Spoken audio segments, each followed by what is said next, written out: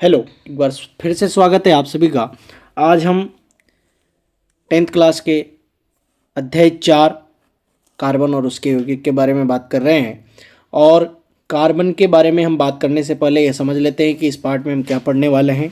कक्षा 10वीं के मित्रों से बहुत बहुत निवेदन है कि इस वीडियो पर अंत तक बने रहें और आपका ये जो चैप्टर है, जो कठिन चैप्टर है केमिस्ट्री का, जो आपको समझ में नहीं आता है, वह आराम से आपको समझ में आने वाला है।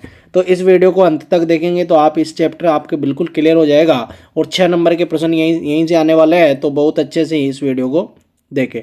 देखिए, हम प्रारंभ करने से पहले मैं आपका दोस्त रोहित मालव और आपके चैनल सरकारी मास्टर स्टडी सेंटर पर मैं आपका स्वागत करता हूँ। देखिए, कार्बन और उनके यौगिक के बारे में हम बात करें तो सबसे पहले हम जान लेते हैं कि कार्बन होता क्या है। देखिए, जो कार्बन है, ये कार्बन का जो प्रतीक है ये 6 होता है और इसका जो परमाणु क्रमांक होता है, परमाणु क्रमांक जो होता है वो 6 होता है और 6 इसका परमाणु क्रमांक होता है। और इसकी द्रव्यमान जो संख्या होती है, द्रव्यमान संख्या क्या होती है? सबसे पहले द्रव्यमान संख्या जो होती है 12 होती है। देखिए, द्रव्यमान संख्या किसे कहते हैं? न्यूट्रॉन और प्रोटॉन का जो योग होता है वो क्या कहलाता है? द्रव्यमान संख्या कहलाता है। और द्रव्यमान संख्या को ए से रिप्रेजेंट करते हैं। किससे रिप्रेजेंट करते हैं प्यारे बच्चों? ए से रिप्रेजेंट करते हैं। ठीक है, देखो ये कार्बन के बारे में सामान्य इंट्रोडक्शन है।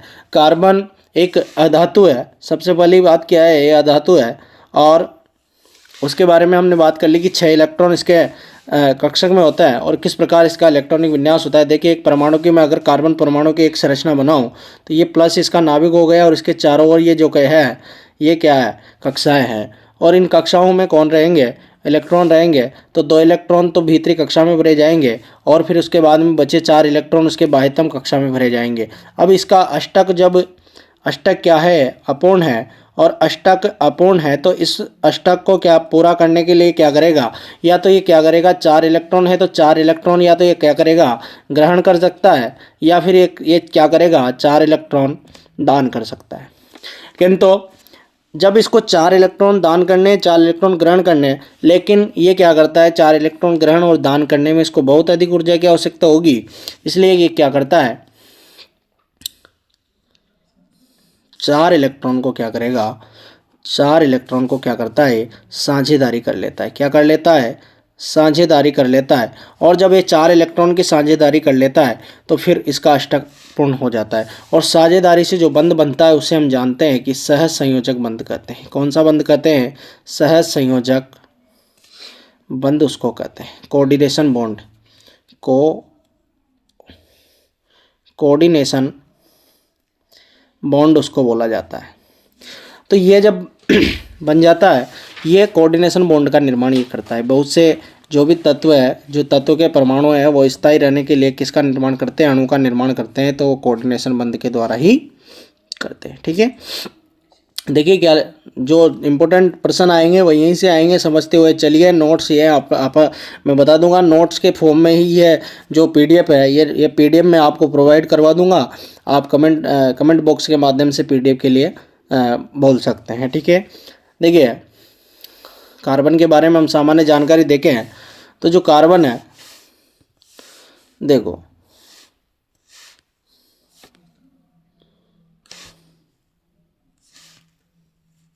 इसको इधर कर देते हैं और इसको थोड़ा सा बड़ा कर लेंगे। देखो, कार्बन और उनके यौगिक। कार्बन क्या होती है? एक अधातु होती है, मैंने पहले भी बताया, और इसका प्रतीक सी होता है और ये 0.03 उपस्थित होती है। सभी नॉर्मल सी बातें हैं। कार्बन के परमाणु संख्या 6 होती है और 6 और जो भीतरी पहला उपकोष है उसमें 2 और 4 बाहरी उपकोष यानी एल में पाए जाते हैं। उसके बाद में कार्बन जो उत्कृष्ट गैस विन्यास है यानी अष्टक पूरा कैसे करेगा? अष्टक पूरा करने के लिए क्या करेगा? या तो वो 4 इलेक्ट्रॉन खोकर यानी दान कर देगा या 4 इलेक्ट्रॉन ग्रहण कर आयनिक बंध बनाता है। लेकिन 4 इलेक्ट्रॉन अतिरिक्त धारण करने और में इसको क्या होती है? अत्यधिक ऊर्जा की आवश्यकता होती है। इसलिए क्या करता है? अन्य परमाणु या अन्य तत्वों के परमाणु के साथ इलेक्ट्रॉन की साझेदारी करता है। साझेदारी करेगा तो बंध बनेगा कोऑर्डिनेशन बॉन्ड। कौन सा बॉन्ड बनेगा प्यारे बच्चों? कोऑर्डिनेशन बॉन्ड बनेगा। ठीक है, देखो ये सहसंयोजक बंध की परिभाषा है। एक ही प्रकार या विभिन्न प्रकार के परमाणुओं के इलेक्ट्रॉन की साझेदारी से बने आबंध को सहसंयोजिक आबंध कहते हैं। क्या कहते हैं प्यारे बच्चों? सहसंयोजी, कोऑर्डिनेशन बॉन्ड कहते हैं एक ही प्रकार के विभिन्न परमाणुओं के इलेक्ट्रॉन की साझेदारी से। जैसे मैं बात करूं कि जैसे अगर मैं हीलियम की बात करूं तो हीलियम की नहीं, यहाँ पर मैं बात करूं किसकी?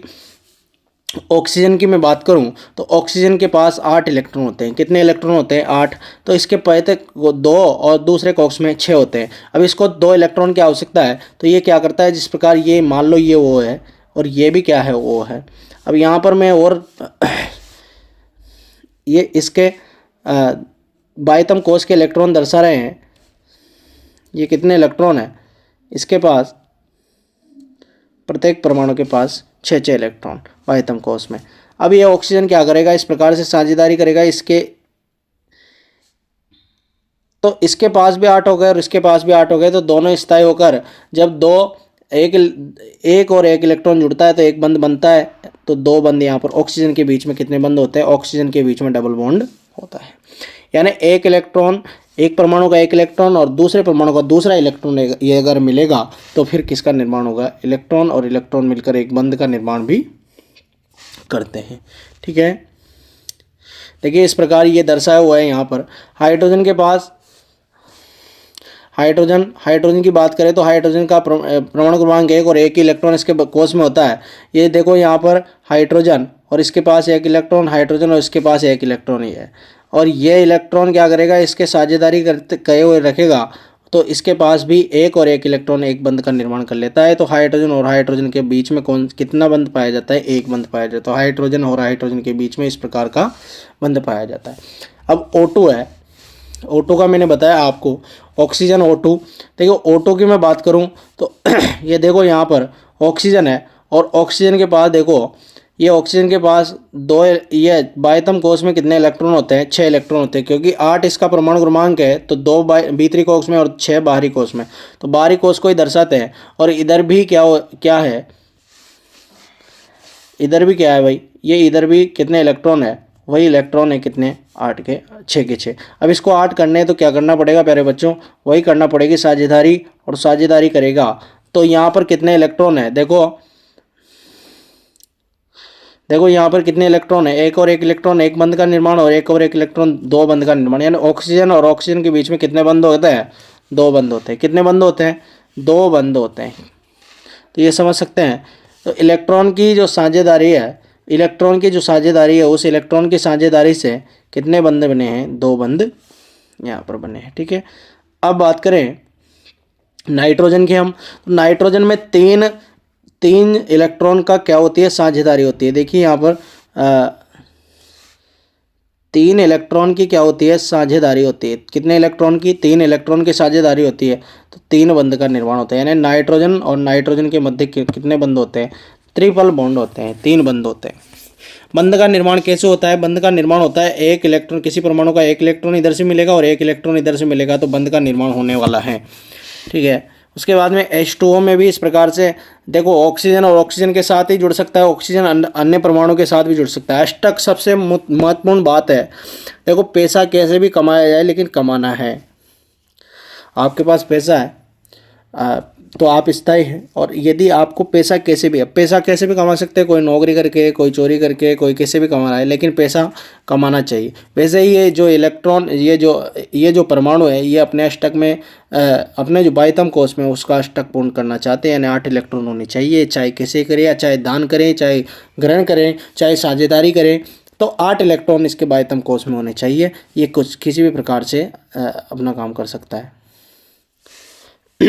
देखो, अब पूछ लिया जाए कि सहसंयोजी यौगिकों के भौतिक गुण क्या क्या होते हैं, तो प्रश्न आ जाए तो प्रश्न में क्या लिखोगे? सहसंयोजी यौगिकों के गलनांक और क्वथनांक तो क्या होता है? कम होता है। इनके बीच में अंतराणुक बल बहुत कम होता है। देखो इतना आयनिक बंध के बराबर मजबूत बंध सहसंयोजक बंध नहीं होता है, ये बहुत कमज़ोर होते हैं, आसानी से टूट जाते हैं। और देखो सहसंयोजी यौगिक विद्युत के कुचालक होते हैं। कुचालक क्यों होंगे? क्योंकि सभी जो है इलेक्ट्रॉन वो मुक्त तो है ही नहीं, क्योंकि इलेक्ट्रॉन के बीच कोई आवेशित कण नहीं होता है। इस कारण से ये क्या होते हैं? सहसंयोजी कुचालक होते हैं, विद्युत का कुचालन करते हैं, विद्युत के सुचालक नहीं होते हैं। उसके बाद में कार्बन की जो सर्वतोमुखी प्रकृति है। ये क्या क्या है, श्रृंखलन। देखो श्रृंखलन कार्बन कार्बन परमाणु के बीच सहसंयोजक आबंध बनाकर लंबी श्रृंखला का निर्माण, यानी कार्बन है और इधर भी क्या है, कार्बन है। मैं आपको बता दूं कार्बन कार्बन भी कौन से बंध का निर्माण कर लेता है, सहसंयोजी बंध का निर्माण कर लेता है। देखिए कार्बन के बाह्यतम कोश में कितने इलेक्ट्रॉन होते हैं, 4 इलेक्ट्रॉन होते हैं। कितने होते हैं, 4 इलेक्ट्रॉन होते हैं। ये 4 इलेक्ट्रॉन मैंने बता दिया। इसके पास भी कितने इलेक्ट्रॉन रहेंगे, 4 इलेक्ट्रॉन रहने वाले हैं। कितने इलेक्ट्रॉन रहने वाले हैं, 4 इलेक्ट्रॉन। ये देखिए मैं बना देता हूँ। अब इसको अष्टक पूर्ण करना है। ये एक हमारे पास कार्बन है, ये भी हमारे पास कार्बन है, ये भी हमारे पास कार्बन है। तो ये जो कार्बन है इसके बाह्यतम कोश में हम जानते हैं 4 इलेक्ट्रॉन है, तो 2 यहाँ पर और 2 यहाँ पर। जैसे इसके पास भी 2 यहाँ पर और 2 यहाँ पर, 2 यहाँ पर, 2 यहाँ पर, 2 यहाँ पर, 2 यहाँ। देखिए इसको क्या करना है, अष्टक पूर्ण करना है। तो अष्टक पूरा करने के लिए क्या करेगा ये, देखिए यहाँ पर ये इस वाले कार्बन, तो ये इसने बना लिया और इसने इधर बना लिया। ये बीच वाले कार्बन को देखना भाई, बीच वाले कार्बन को देखना, बीच वाले कार्बन कितना शातिर है। अब ये 6 हो गए ना, इसके बाद ये इधर से बना लिया। अब इसने ये किधर से बनाएगा, इसको देगा तो सही लेकिन इधर से भी बना लेगा। ये देखो अब ये क्या क्या किया इसने, इसके पास कितने इलेक्ट्रॉन हो गए, इस वाले कार्बन के पास, इस वाले कार्बन के पास हो गए 8 इलेक्ट्रॉन हो गए। कितने हो गए, 8 इलेक्ट्रॉन, 8 इलेक्ट्रॉन इसके पास हो गए।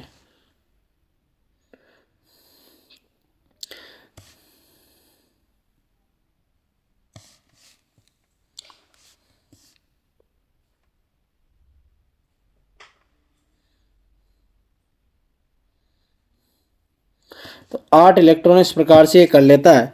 कौन कर लेता है, कार्बन अपने अष्टक में, और श्रृंखला का निर्माण करता है। और इसके बाद में चतुसंयोजकता होती है इसकी संयोजकता कितनी होती है, चतुसंयोजक होता है ये।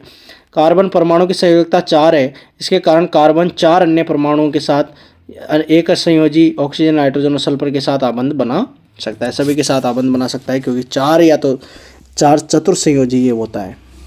चतुर्संयोजकता का मतलब है कि इसकी संयोजकता 4 होती है। ये अष्टक पूरा करने के लिए जितने इलेक्ट्रॉन की साझेदारी करता है उसकी संयोजकता कहलाती है।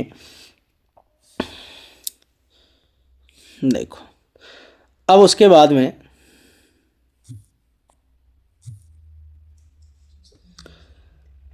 तो अब ये एक वीडियो हमारी पूरी हो गई है। अब छोटी सी वीडियो है और इसके बाद में हम संतृप्त और असंतृप्त कार्बनिक यौगिकों के बारे में बात करेंगे कल, कि संतृप्त कौन होता है, असंतृप्त कौन होता है। देखो संतृप्त में सामान्य होता है जो एल्केन है वो संतृप्त होता है, और एल्केन और एल्काइन, एल्कीन व जो एल्काइन है ये क्या होते हैं, असंतृप्त होते हैं। ये क्या होते हैं, असंतृप्त होते हैं। तो देखिए जो है ये वीडियो यहीं तक समाप्त करते हैं। यदि वीडियो अच्छी लगी हो, कुछ समझ में आया हो, अच्छा लगा हो कुछ भी, तो वीडियो को लाइक कीजिए और चैनल को सब्सक्राइब कीजिए। मिलते हैं अगली वीडियो में। पार्ट 2 में ये वाला जो चैप्टर है 4 नंबर का ये पूरा हो जाएगा और अच्छे नंबर से आप पास होंगे आशा करते हैं। धन्यवाद, मिलते हैं कल। और चैनल अगर अच्छा लगा हो वीडियो तो अपने दोस्तों के साथ शेयर कर दें और एक बार सब्सक्राइब कर दें। धन्यवाद, मिलते हैं कल। जय हिंद, जय भारत।